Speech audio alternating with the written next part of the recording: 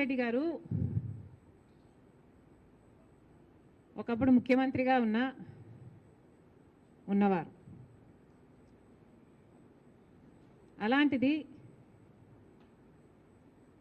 ఇప్పుడు తాజాగా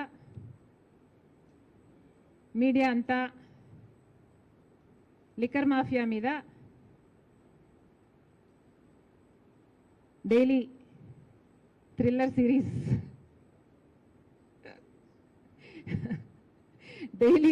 సిరీస్ నడుపుతోంది. దాంతో వైసీపీ వాళ్ళకు భయం పుట్టుతుంది. సహజంగానే జగన్మోహన్ రెడ్డి గారు ఆ భయాలని అడ్రస్ చేయడానికి, వాళ్ళకి సెక్యూరిటీ కలిగించడానికి మాట్లాడుతున్నారని క్లియర్గా అర్థమవుతుంది. కానీ నా అభ్యంతరం ఏమిటంటే, జగన్మోహన్ రెడ్డి గారు ఇంతకుముందు ముఖ్యమంత్రిగా పనిచేసినవారు. అలాంటిది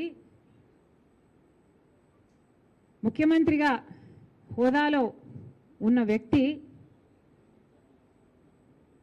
పోలీసు డిపార్ట్మెంట్ పట్ల వాళ్ళ బట్టలు ఉడదీస్తాం, వాళ్ళని తరిమి కొడతాం, వాళ్ళు ఎక్కడున్నా పట్టుకొస్తాం, విదేశాలకు వెళ్ళినా వదిలిపెట్టాం